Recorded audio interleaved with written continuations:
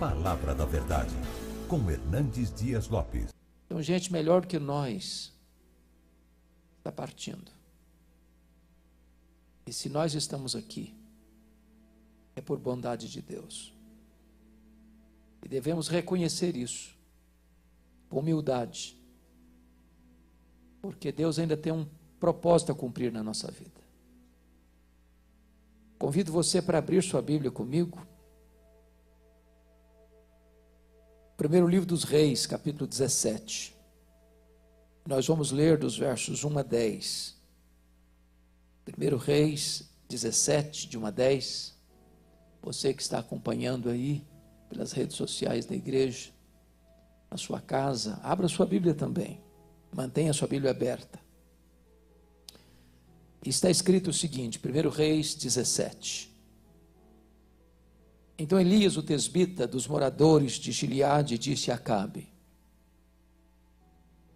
tão certo como vive o Senhor, Deus de Israel, perante cuja face estou, nem orvalho, nem chuva haverá nesses anos, segundo a minha palavra.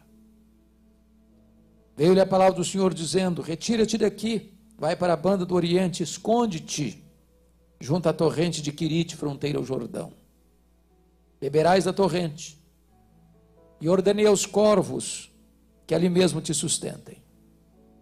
Foi, pois, e fez segundo a palavra do Senhor. Retirou-se e habitou junto à torrente de Quirite, fronteira ao Jordão. Os corvos lhe traziam pela manhã pão e carne, como também pão e carne ao anoitecer, e bebia da torrente.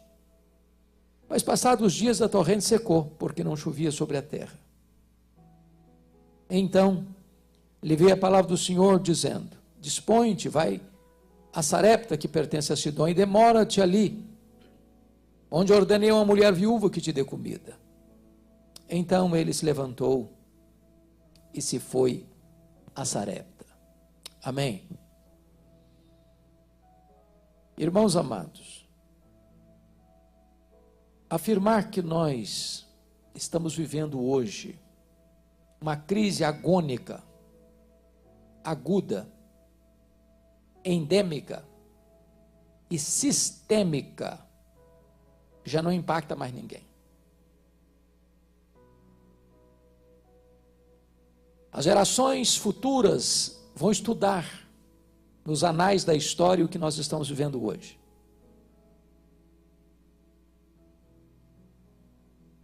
Pensar, entretanto, que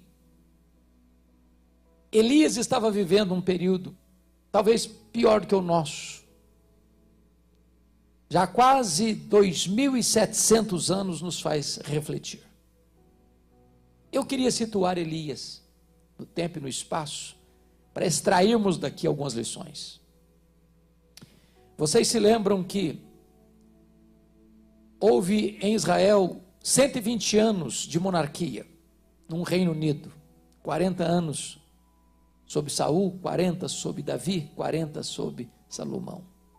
Salomão morre em 931 a.C. E com a morte dele, houve uma cisão no seu governo.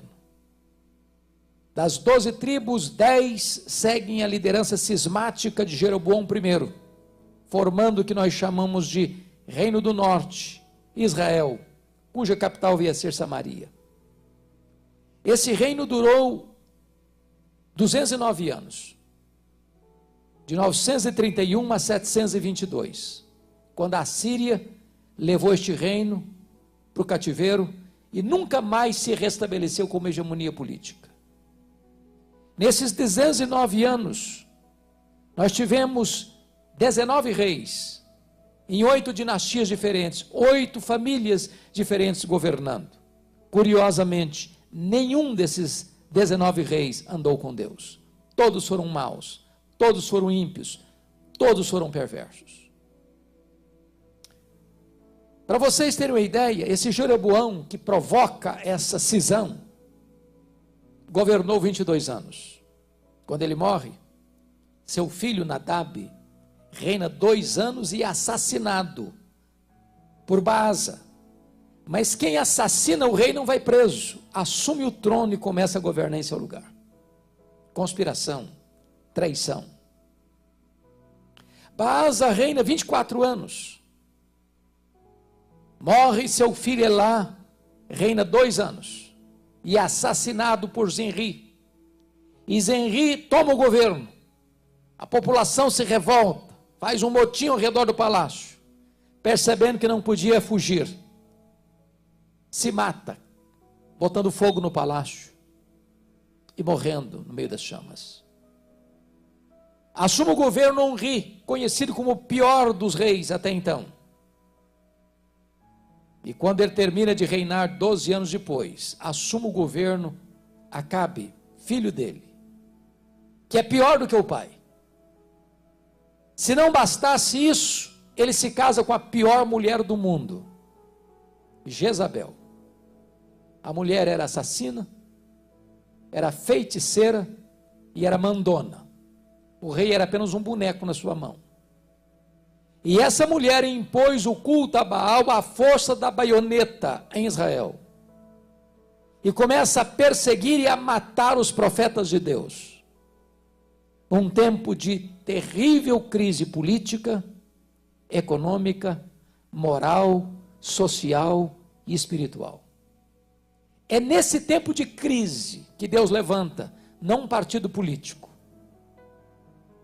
não uma denominação religiosa. Deus levanta um homem para mudar esse cenário. Um homem. Quem é esse homem? Elias. Mas quem é Elias? Olhem comigo, por favor, no versículo 1.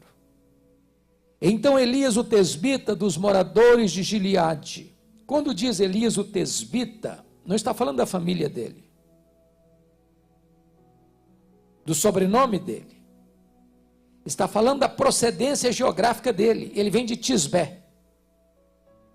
Quando você vai para o mapa procurar Tisbé, você não encontra, porque é um lugar muito insignificante.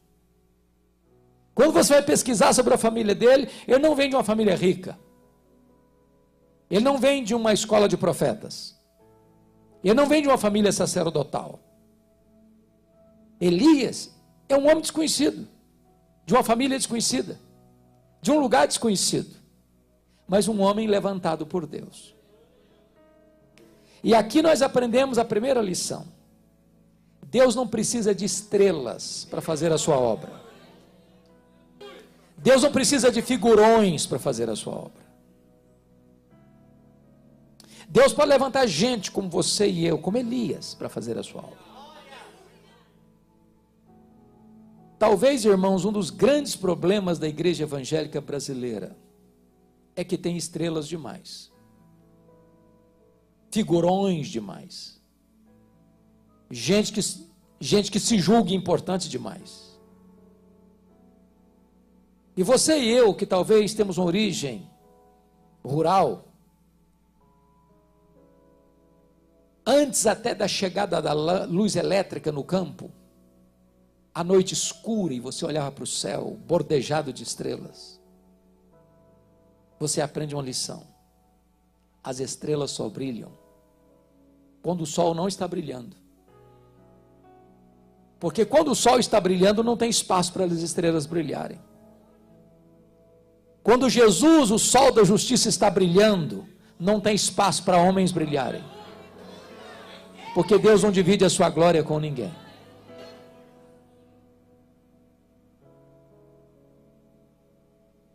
Elias sai do anonimato e começa o seu ministério pregando para o rei, no palácio do rei.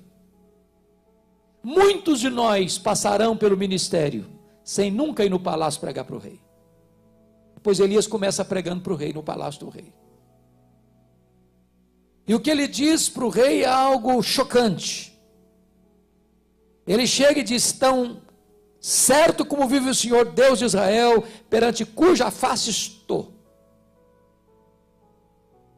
A coisa mais importante para você e para mim, num tempo de crise, é poder dizer para os homens que pensam que têm poder nas mãos: eu ando na presença do Rei dos Reis, do Senhor dos Senhores, do Deus Todo-Poderoso. É na presença dele que eu estou vivendo. E este homem chega com a palavra de juízo. dizendo, segundo a minha palavra, não vai chover e nem vai cair orvalho. Bom, chove ocasionalmente, mas o orvalho cai diariamente. E ele diz, não vai nem chover e não vai cair orvalho também. Segundo a minha palavra. Mas por que tanta garantia? Certeza? O texto não responde isso. Por que tem essa convicção? O texto não responde. Mas a resposta está em Tiago 5,17. Elias orou para não chover e não choveu. Aqui você aprende a segunda lição. Você e eu só podemos prevalecer em público diante dos homens, se primeiro nós prevalecermos em secreto diante de Deus. Só pode se levantar para pregar aos homens quem primeiro se prostra diante de Deus em oração em secreto. Talvez um dos grandes problemas da nossa geração é que nós separamos a academia de piedade. Separamos pregação de oração. Temos verdadeiros gigantes no púlpito, mas verdadeiros nanicos na vida de oração. Gente que conhece muito a respeito de Deus, mas gente que não conhece a intimidade de Deus. Quando eu olho para a vida dos apóstolos, me impressiono. Porque está lá, pastor Rogerinho, em Atos 6,4, para mim, um corte radical na história do cristianismo.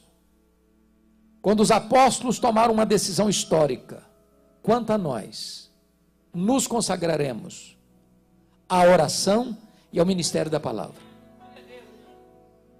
Vamos constituir homens cheios do Espírito Santo, cheios de fé, cheios de sabedoria, para cuidar das mesas, da diaconia das mesas. Nós cuidaremos da diaconia da palavra. Entretanto, nós vamos nos consagrar à oração e ao ministério da palavra. E eu vou lhes fazer uma pergunta complexa. E você não precisa levantar a mão para responder. Responda no seu coração. O que é mais importante? Oração ou ministério da palavra?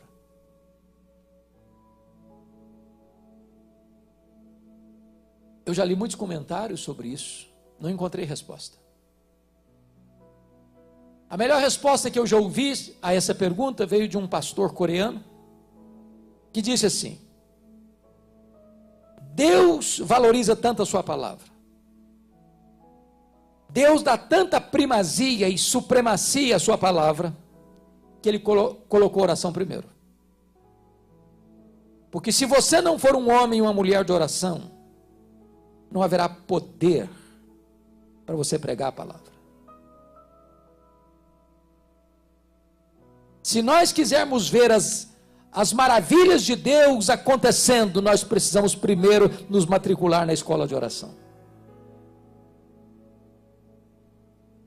Elias tem convicção do que fala, porque ele orou. E quando ele ora, o céu se fecha. Quando ele ora, as janelas do céu se abrem.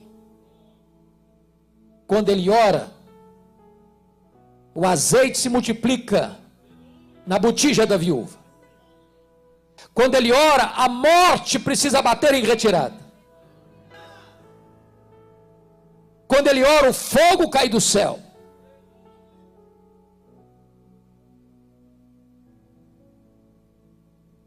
Depois que Elias entrega esta mensagem de juízo para o rei Acabe, dizendo o seguinte: não vai chover, portanto a crise vai chegar, o desemprego vai chegar, a doença vai chegar, a recessão vai chegar, a morte vai chegar.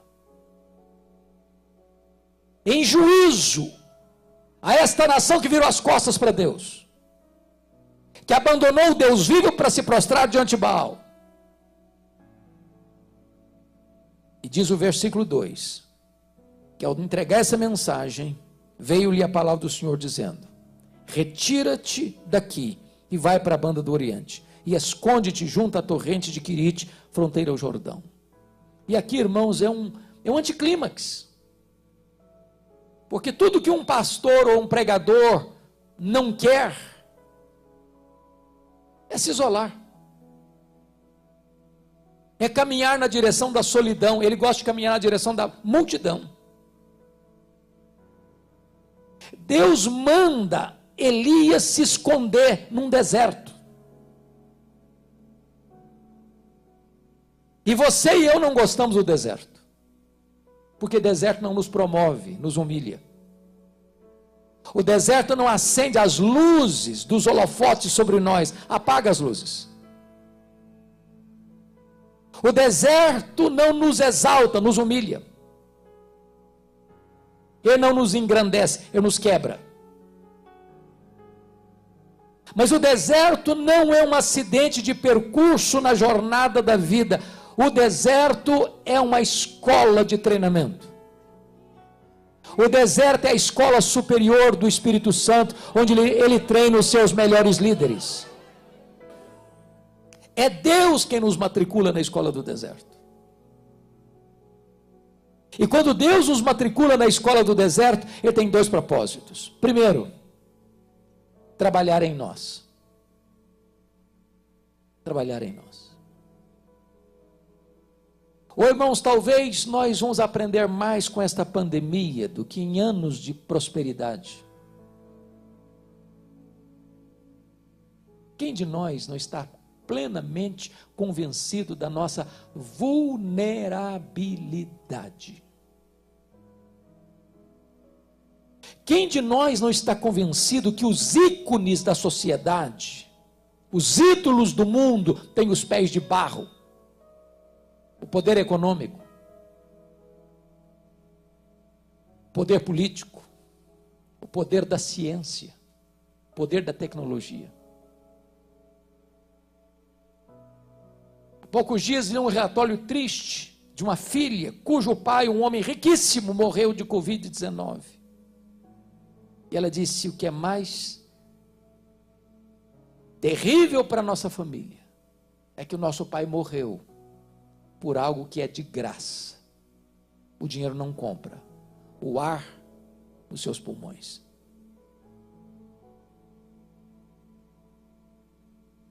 Quando Deus nos leva para o deserto, Ele quer trabalhar em nós. Sabe por quê? Porque Deus está mais interessado em quem você é do que no que você faz.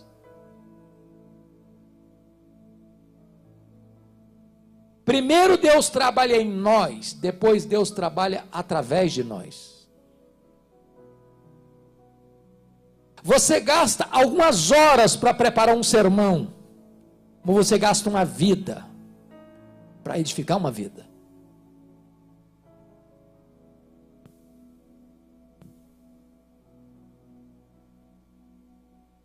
Saiba disso. Vida com Deus precede trabalho para Deus. Deus está trabalhando. Essa pandemia não pegou Deus de surpresa. Deus não está em apuros. Nada acontece sem que Deus saiba, sem que Deus permita. Ainda que você não sinta, ainda que você não veja, ainda que você nem creia, isso não vai mudar as coisas.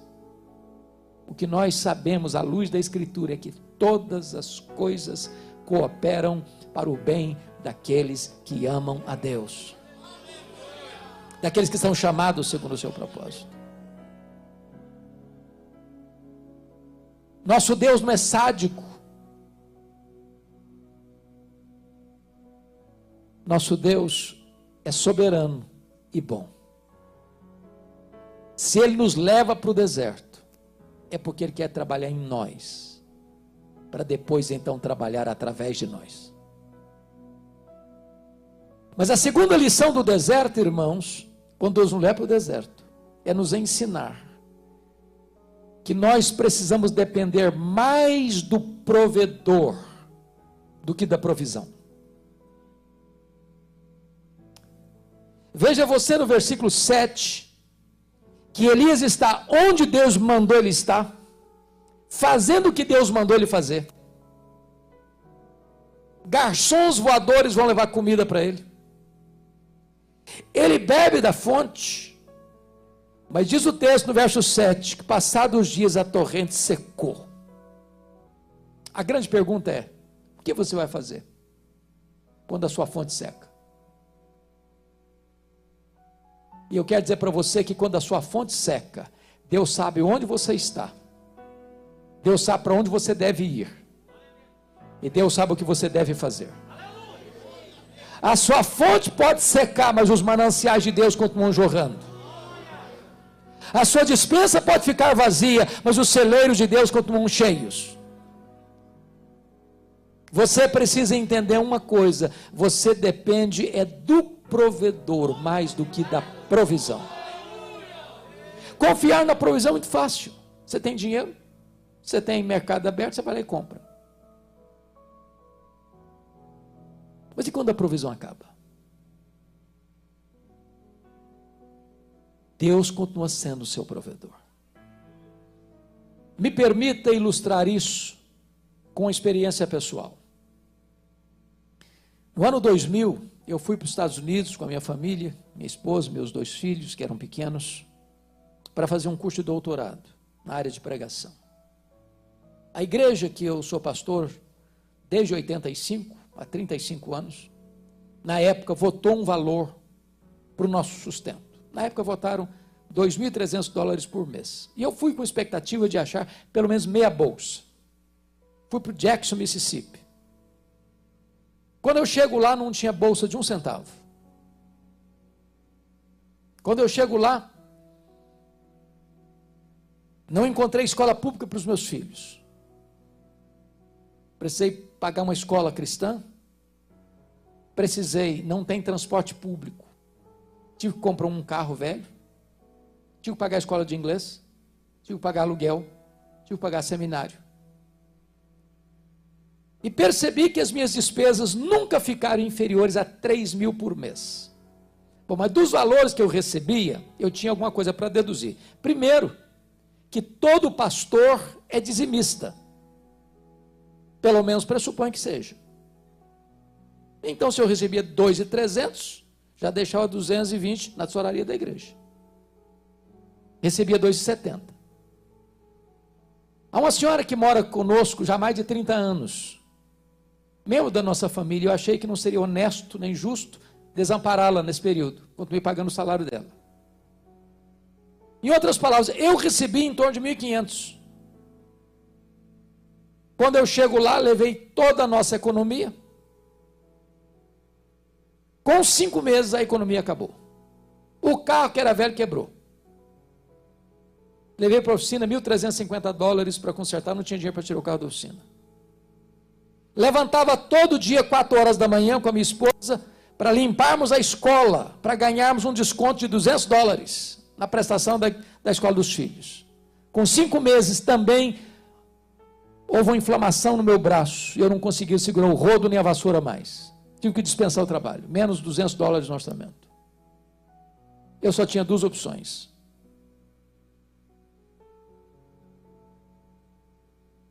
Ou voltava para casa envergonhado, frustrado, ou pedia para Deus um milagre. E foi o que nós fizemos. Eu reuni minha família e disse: olha, nós não temos outra saída. Aqui não podemos ficar. Não temos dinheiro. Não temos provisão. Mas nós pregamos a vida inteira que o nosso Deus é o Jeová Jireh, é o Deus da provisão. Aí nós nos ajoelhamos na sala. Disse: meu Deus, tu podes todas as coisas. Então, se tu quiseres, abra uma porta para nós.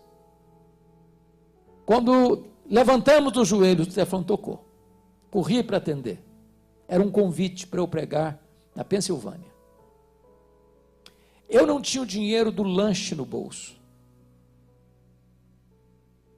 Quando eu chego naquela conferência, no último dia da conferência, o pastor disse algo que é o óbvio ululante. Disse assim para o povo: meus irmãos, o pastor Hernandes é estudante aqui na América, e todo estudante é duro. Não precisa nem ser profeta para falar um negócio desse. Se alguém quiser ajudá-lo, fique à vontade. Eu saí de lá com $5.500 de oferta. Voltei chorando para casa. Um pastor me procurou, me chamou no canto e disse: eu vou lhe mandar $300 por mês até você terminar o seu curso. Peguei o carro da oficina, paguei as contas, fiz compra para casa, ainda sobrou dinheiro.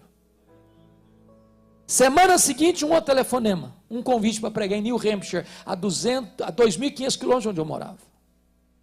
Quando eu estou pregando meu último sermão, veio um presbítero atrás de mim, bota um bilhete dentro da minha Bíblia e diz assim: eu não sei o que está acontecendo com você, mas Deus tocou o meu coração e eu vou lhe mandar $600 por mês até você terminar o seu curso. Me deram $2.500 de oferta. Para encurtar a conversa, eu recebi 21 convites para pregar, em 10 estados diferentes. Onde eu ia, Deus fazia um milagre diferente. Um dia uma mulher fez uma viagem de 60 milhas de noite, debaixo de neve, porque Deus tocara o coração dela. Falei: onde eu estava para me dar uma oferta? No dia que eu vim embora, nunca nos faltou nada, nunca. No dia que nós viemos embora, eu fui ao banco para fechar a conta, e para minha surpresa, exatamente o valor das nossas economias pessoais que nós havíamos levado, estava lá no banco. E Deus nos ensinou uma lição: você precisa depender do provedor, mais do que da provisão. Porque quando a sua provisão acaba, eu continuo sendo o seu provedor. A sua despensa pode ficar vazia, mas os meus celeiros estão cheios. A sua fonte pode secar, mas os meus mananciais continuam jorrando. Quando Deus nos leva para o deserto, é para nos ensinar isso. Nós dependemos de Deus. De Deus. Mas olha comigo, amados, o versículo 8, porque é uma outra transição aqui, que também é um anticlímax. Versículo 8 diz: então lhe veio a palavra do Senhor, dizendo: dispõe-te, vai a Sarepta, que pertence a Sidom, e demora-te ali, onde ordenei uma mulher viúva que te dê comida. Bom, Sarepta ficava a mais de 150 quilômetros ao norte, fora de Israel. O grande problema, e você pode conferir isso no capítulo 18, versículo 10, que enquanto Elias estava escondido, ele era procurado pela polícia de Acabe, vivo ou morto, em Israel e nas nações vizinhas. Sair desse esconderijo era expor-se a ser preso e morto por Acabe e sua mulher. Mas sabe o que Deus está dizendo para Acabe aqui? Para Elias aqui? Ele está dizendo o seguinte: meu filho, você acabou o estágio do deserto, agora aperte os cintos, porque eu vou matricular você no estágio mais avançado. Eu vou jogar você na fornalha. Sarepta significa fornalha, fogo, cadinho. Você já escutou aquela conversa que um problema nunca vem sozinho, vem acompanhado? Quando a coisa está difícil, pode ficar um pouquinho mais difícil ainda.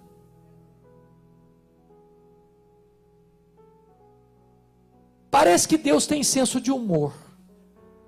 Porque o que Deus está falando aqui não tem sentido. Se Deus dissesse: olha, você vai lá para Sarepta, tem um empresário rico lá, que vai bancar você. Tem muito dinheiro, essa crise não atingiu ele não. Agora Deus chega para o Elias, diz: olha, vai para Sarepta, tem uma viúva lá que vai sustentar você.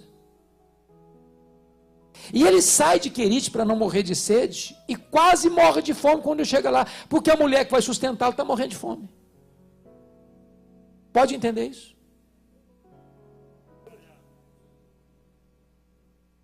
Sabe o que Deus está dizendo, meu filho? Baixa a bola. Baixa a bola. Os obreiros de Deus precisam ser homens humildes. Você precisa depender da viúva. Para você reconhecer uma coisa: quem sustenta você sou eu. Quem cuida de você sou eu.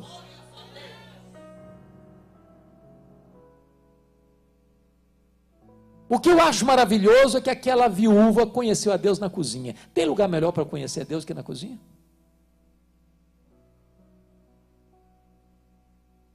O azeite nunca parou de jorrar. A farinha nunca parou de cessar.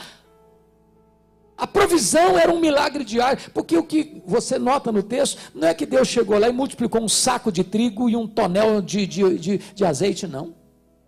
Aquela mulher ia fazer a refeição do dia, estava lá aquela porção, era só aquela porção, e ela acabava de fazer a refeição, olhava o mesmo nível de farinha, o mesmo nível de azeite. Aí no outro dia, ela ia fazer a refeição no dia seguinte, o mesmo nível de azeite, o mesmo nível de farinha, e aí semana após semana, e mês após mês, e sabe de uma coisa? Deus continua multiplicando a farinha na nossa panela, e o azeite na nossa botija. Irmãos amados, às vezes nós só vemos milagres nas coisas extraordinárias, mas não vemos milagres nas coisas ordinárias. O fato de você acordar e ter ar nos seus pulmões é um milagre. Você está andando por aí e o Covid está solto. E não é só ele, não, tem outros vírus e bactérias letais.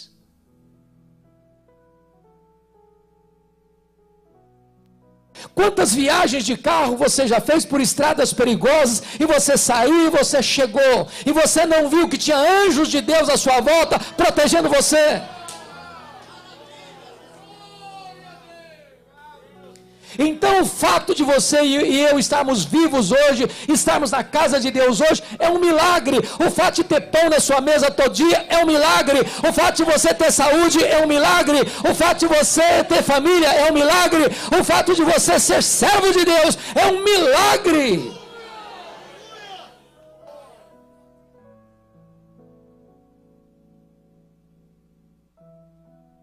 Agora, irmãos, notem outra coisa. Na mesma casa que acontece um milagre, também acontece uma tragédia. Para a gente entender que essa perspectiva triunfalista do cristianismo não é verdadeira. Porque tem muita gente que pregou o Brasil afora, mundo afora aí, que se você é crente, você não fica doente. Aí eu, como disse agora a vocês, um dos homens mais santos que eu conheci, pastor Alberto Rezende. Deus o chamou ontem. Mas se você é crente mesmo, você não pode ser pobre. Mas as pessoas mais santas que eu conheço são pobres. E eu conheço gente rica que vive uma vida miserável. Miserável. Infeliz. Não é verdade que se você é crente, você nunca vai ter problema financeiro. Não é verdade que se você é crente, você nunca vai ter um problema de saúde. Meu irmão, crente enfrenta doença, crente fica desempregado, crente sofre até bala perdida na rua. O filho único da viúva adoece e morre. Então crente chora a dor do luto também.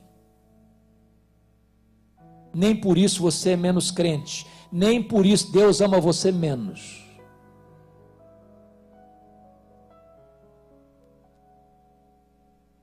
Bom, mas sabe o que me impressiona aqui?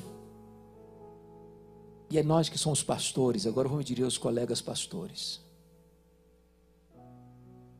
Quando alguém está sofrendo muito, via de regra precisa encontrar alguém para transferir essa dor. E a viúva de Sarepta bota a culpa da morte do filho dela em Elias. Sabe o que me impressiona em Elias? Ele não se defende. Porque às vezes nós somos gigantes para nos defendermos. Ele não se defende. Embora inocente, ele não se defende. Aquela mulher já está sofrendo demais. Para que tripudiar sobre uma pessoa que já está sofrendo demais? Ele não diz uma palavra em sua defesa. Meu amado, se você cuidar da sua piedade, Deus vai cuidar da sua reputação. Seu papel é andar com Deus. Deus defende você. O que me impressiona com Elias é que ele que não diz uma palavra em sua defesa, pega o menino morto, leva para o seu quarto, tranca a porta, e lá ele abre o bico, lá ele fala muito, fala com Deus, nos ensinando uma lição. Se nós orássemos mais, nós nos defenderíamos menos. Se nós orássemos mais, nós brigaríamos menos. Se nós orássemos mais, nós veríamos mais os milagres de Deus acontecendo. Agora pensem comigo, que não há relato nem registro de ressurreição até então. E Elias resolve pedir para Deus um milagre inédito na história. Eu fico pensando, pastor Rogerinho, que se hoje nós fôssemos pedir para Deus um fato que nunca aconteceu na história, talvez nos internariam numa clínica psiquiátrica. Ou diriam para nós, esse cara perdeu o juízo, é um herege. Pois Elias teve coragem de pedir para Deus ressuscitar o menino. E Deus ressuscitou o menino. Porque para Deus não é impossíveis. Agora pense comigo noutra cena. Pense nessa cena comigo. Imagine vocês se Elias fosse um dessas estrelas de hoje, que faz até propaganda de milagre que nunca aconteceu. Imagine Elias saindo com o menino vivo agora nas mãos. O que eu faria se eu fosse uma das estrelas de hoje? Eu acho que a primeira coisa que eu faria era convocar uma coletiva da imprensa para dizer quão grande homem ele era. Eu acho que a segunda coisa era botar outdoors na cidade com a fotografia dele. Talvez ele escrevesse um discurso, um panegírico de autoelogio. Quem sabe até ele bateria palmas para ele mesmo. Quem sabe, talvez, ele fizesse um solo do hino Quão Grande És Tu diante do espelho. Mas ele não faz nada disso. Ele simplesmente diz àquela mãe, o teu filho vive. Sabe o que Elias está nos ensinando? Se Deus está abençoando a sua vida, se Deus está abençoando o seu ministério, bote a boca no pó e dê toda a glória a Deus. Porque Deus não divide a sua glória com ninguém.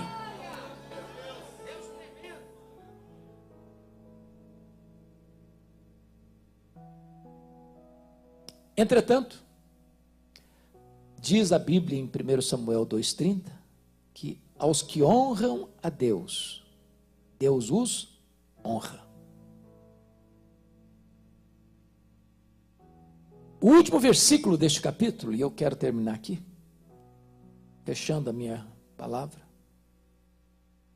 é que quando a mãe recebe o menino vivo, o filho, ela diz o seguinte para Elias, agora eu sei que tu és homem de Deus, e que a palavra do Senhor na tua boca é verdade. Duas coisas me impressionam aqui. Primeiro, como é que Elias era conhecido? Porque hoje às vezes você conhece alguns líderes, são homens fortes, poderosos, influentes, mas parece-nos que hoje está se escasseando homens de Deus. Homens de Deus. A segunda coisa que me faz tremer os joelhos é o que ela diz. Agora eu sei que a palavra do Senhor na tua boca é verdade. Porque isso leva a dizer que então é possível que a palavra de Deus não seja verdade na minha boca. Em outras palavras, e vocês sabem disso, chega uma pessoa e prega um sermão, não acontece nada. Chega outra pessoa prega o mesmo sermão e os corações se derretem. Por quê? Por quê? É porque um é boca de Deus, o outro não é. Jeremias 15:19 diz: se tu te arrependeres, tu virás a mim. Se apartares o precioso do vil, serás a minha boca.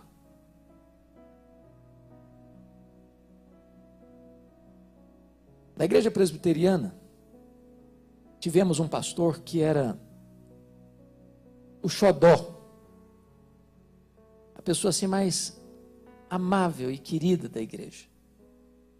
Morreu com quase 100 anos. Um dos grandes avivalistas do nosso país, chamado Antônio Elias. E Antônio Elias era aquele pregador simples. E ele dizia que o sermão dele era assunto puxa assunto.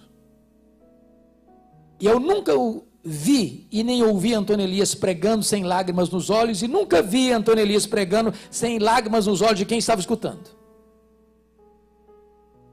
E um dia estava num congresso, pregando, e depois do congresso teve aquele momento de perguntas e respostas.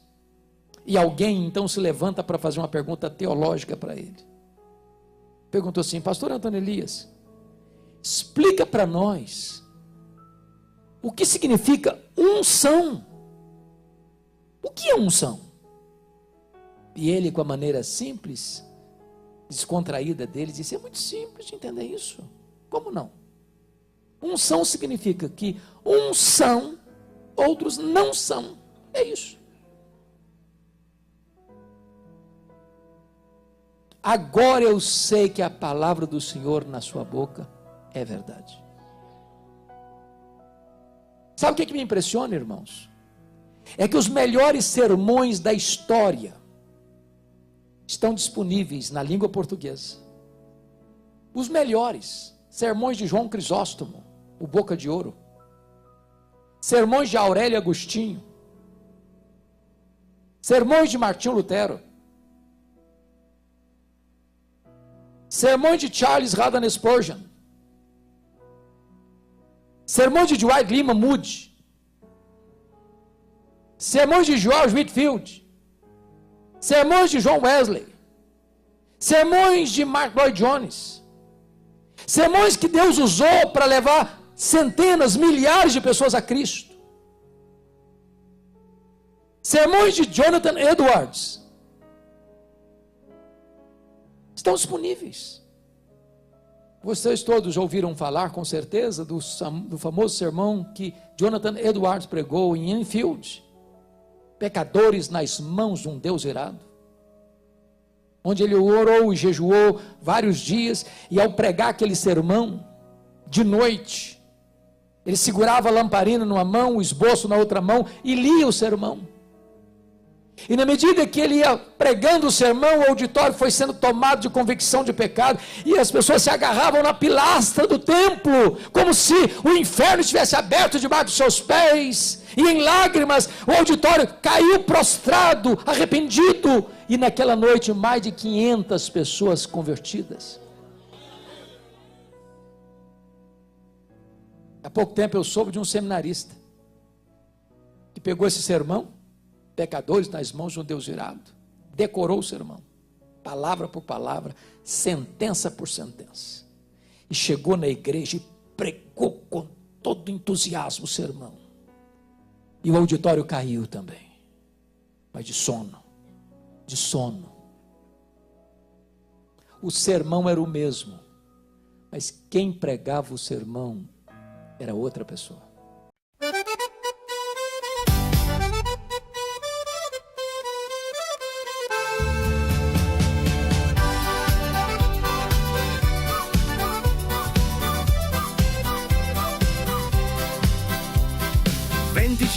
Gradi a febbraio, c'è chi dice giorno perfetto per andare al mare, ma noi ci abbiamo un'altra idea, ce ne stiamo a casa.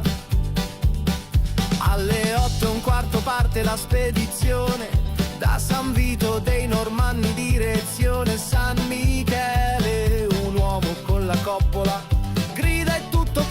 oggi non si lavora. Che confusione, siamo in 20. Che confusione, voglio la parmigiana. Dove il vino? Che confusione, a chi tocca apparecchiare. Non ci sono più forchette, non ci sono più piatti, non c'è più spazio nel frigorifero, non ci sono più sedie, non ci sono più bicchieri.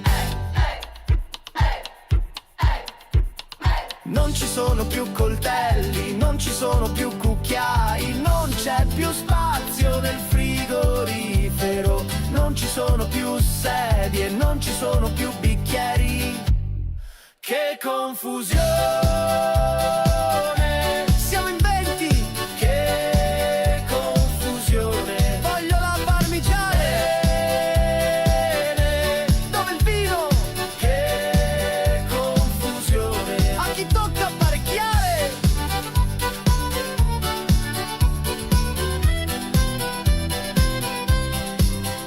Se non mi liberi subito quella padella, non lo so che ti faccio. Amore, è finito il caffè, mi presti il tuo e te lo rifaccio.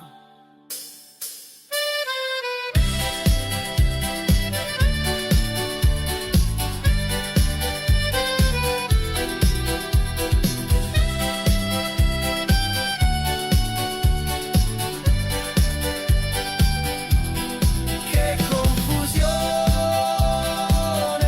siamo in 20. Che confusione, voglio la parmigiana. Dove il vino? Che confusione, a chi tocca apparecchiare.